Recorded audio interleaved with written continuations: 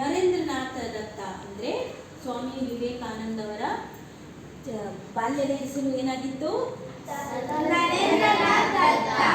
ಅವರು ಕಾಣಿಸ್ತಾ ಇದೆನಾ? ಕಾಣಿಸ್ತಾ ಇದೆನಾ ಎಲ್ಲರಿಗೂ? ಇದಕ್ಕೆ ಕತೆ ಹೇಳ್ತೀನಿ. ಇವಾಗ ಚಿತ್ರ ಗಮನಿಸಿ, ಇದಕ್ಕೆ ಕತೆ ಹೇಳ್ತೀನಿ.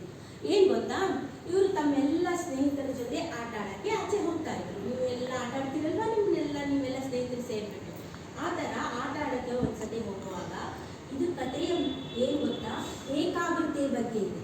ಕಾನ್ಸಂಟ್ರೇಷನ್, ಹೇಗೆ ನಾವು ಧ್ಯಾನ ಮಗ್ನನಾಗಿ ನಮ್ಮ ಕೆಲಸ ಕಾರ್ಯಗಳನ್ನು ಮಾಡಬೇಕು. ನರೇಂದ್ರ ಅವರು ಯಾವ ರೀತಿ ಮಾಡ್ತಿದ್ರು, ನರೇಂದ್ರನಾಥ್ನವರು ಅನ್ನೋದನ್ನು ಹೇಳ್ತೀನಿ. ಅವರು ಎಲ್ಲ ಸ್ನೇಹಿತರನ್ನ ಕರೆದುಕೊಂಡು ಒಂದಿನ ಒಂದು ತೋಟ, ಯಾವುದು ಮಾವಿನ ಮರದ ತೋಟದಲ್ಲಿ ಆಟ ಆಡೋಕ್ಕೆ ಅಂತ ಹೋಗ್ತಾರೆ. ಅಲ್ಲಿ ವಾತಾವರಣ ನೋಡ್ತಾರೆ, ತುಂಬ ತಂಪಾಗಿದೆ, ತುಂಬ ಚೆನ್ನಾಗಿದೆ. ಅವರಿಗೆ ನರೇಂದ್ರನಾಥ್ನವ್ರಿಗೆ ಏನು ಅನಿಸುತ್ತೆ, ನಾನು ಧ್ಯಾನದಲ್ಲಿ ಕುತ್ಕೊಂಡ್ಬಿಡ್ಬೇಕು ಅಂತ. ಬೇರೆ ಮಕ್ಕಳೆಲ್ಲ ಆಟ ಆಡಬೇಕು ಅಂತ ಆಸೆ. ಬೇರೆ ಮಕ್ಕಳಿಗೆಲ್ಲ ಏನು ಆಸೆ?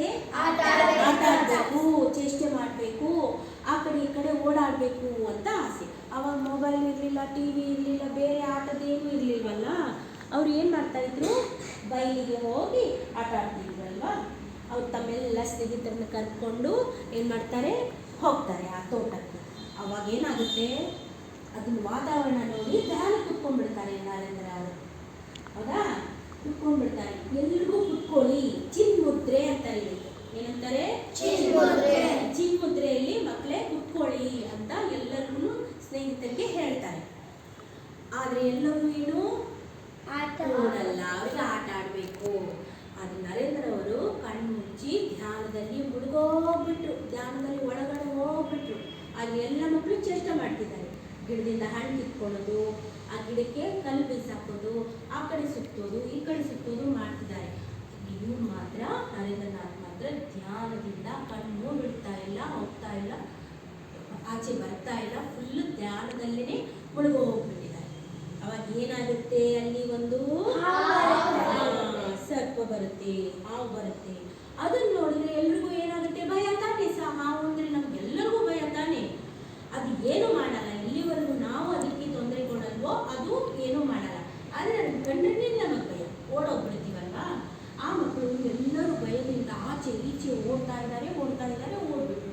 ನರೇಂದ್ರ ಕರೀತಾ ಇದೆ, ನರೇಂದ್ರ ಏಳು, ಎದ್ದೇಳು, ಹಾವು ಬಂದಿದೆ, ನಿಮ್ಮ ಮುಂದೆ ಹಾದು ಹೋಗ್ತಾ ಇದೆ, ನಿಮ್ಮ ಮುಂದೆ ನಿಂತ್ಕೊಂಡಿದೆ, ನಿಮ್ಗೆ ಎಚ್ಚರನೇ ಇಲ್ವಾ, ಏಳು, ಬೇಗ ಬಾ, ಕಚ್ಚಿಬಿಟ್ಟಿತ್ತು ಅಂತ ಕೂಗ್ತಾನೇ ಇರ್ತಾರೆ.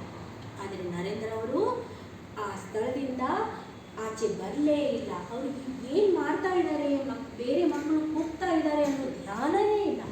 ಅವ್ರು ಏನು ಮಾಡ್ತಿದ್ರು, ಧ್ಯಾನದಲ್ಲಿ ಮುಳುಗೋಗ್ಬಿಟ್ಟಿದ್ರು. ಎಷ್ಟು ತಾಳ್ರೂ ಹೇಳ್ತಾನೆ ಇಲ್ಲ.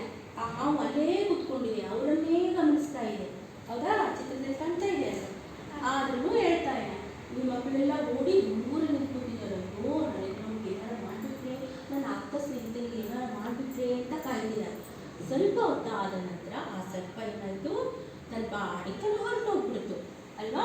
ಎಲ್ಲ ಮರಗಳಿರೋ ತೋಟದಲ್ಲಿ ಬಂದಿದ್ರಲ್ವಾ, ಅಲ್ಲಿ ಹಾವುಗಳಿರೋದು ಸಾಮಾನ್ಯ. ಆವಾಗ ಸ್ವಲ್ಪ ಹೊತ್ತಾದ್ಮೇಲೆ ಎಲ್ಲ ಧ್ಯಾನ ಮುಗಿದಾದ್ಮೇಲೆ ಏನು ಮಾಡ್ತಾರೆ, ನರೇಂದ್ರ ಅವರು ಆರಾಮಾಗಿ ಕಣ್ಣು ಬಿಡ್ತಾರೆ.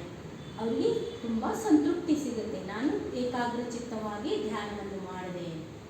ಎಲ್ಲ ಸ್ನೇಹಿತರು ಓಡಿ ಬಂದು, ಅಯ್ಯೋ ನೀನು ಮುಂದೆನೇ ಹಾವು ನಿಂತ್ಕೊಂಡಿದ್ದು, ಕಚ್ಚಿಬಿಟ್ಟಿದ್ರೆ ಎಷ್ಟು ಕೂಗಿದ್ರೂ ಹೇಳ್ತಾ ಇಲ್ವಲ್ಲ, ಯಾಕೆ ಹಾಗೆ ಮಾಡಿದೆ ಅಂದರೆ, ಹೌದಾ ಹಾಗಿತ್ತ ನನ್ನ ಮುಂದೆ, ನನಗೆ ಗೊತ್ತಾಗಲಿಲ್ಲ, ನೀವೆಲ್ಲ ಕೂಗ್ತಿದ್ರಾ, ನನಗೆ ಕೇಳಿಸ್ಲೇ ಇಲ್ಲ, ನಾನು ತುಂಬ ಧ್ಯಾನದಲ್ಲಿ ಮುಳುಗೋಗ್ಬಿಟ್ಟಿದ್ದೆ, ಏಕಾಗ್ರಚಿತ್ತವಾಗಿ ನಾನು ಧ್ಯಾನವನ್ನು ಮಾಡ್ತಾ ಇದ್ದೆ, ದೇವರ ಆರಾಧನೆ ಮಾಡ್ತಾ ಇದ್ದೆ, ನನಗೆ ಯಾವ ಗಮನವೇ ಇರಲಿಲ್ಲ, ಹೊರಗಿನದು ಏನೂ ಗಮನ ಇರಲಿಲ್ಲ ಅಂತ ಉತ್ತರಿಸ್ತಾನೆ. ಈ ಕಥೆಯಿಂದ ಏನು ತಿಳಿಯುತ್ತೆ, ಜೀವನದಲ್ಲಿ ನಾವು ಏನೇ ಕಾರ್ಯವನ್ನು ವಹಿಸ್ಕೊಂಡು ಅದನ್ನು ಏಕಾಗ್ರಚಿತ್ತದಿಂದ ಮಾಡಬೇಕು ಅಲ್ವಾ. ಕಾನ್ಸಂಟ್ರೇಷನ್ ಇರಬೇಕು. ನೀವು ಅಂದ್ಕೊಳ್ಳಿ, ಮ್ಯಾಗಿ ಮಾಡ್ತಾ ಇದ್ದೀರಾ ಕಿಚನ್ನಲ್ಲಿ, ನಿಮ್ಮ ಫೇವ್ರೆಟ್ ಮ್ಯಾಗಿ ಎಲ್ಲ ಏನೋ ಮಾಡ್ತಾ ಇದ್ದೀರಾ, ನೀವು ಮಾಡು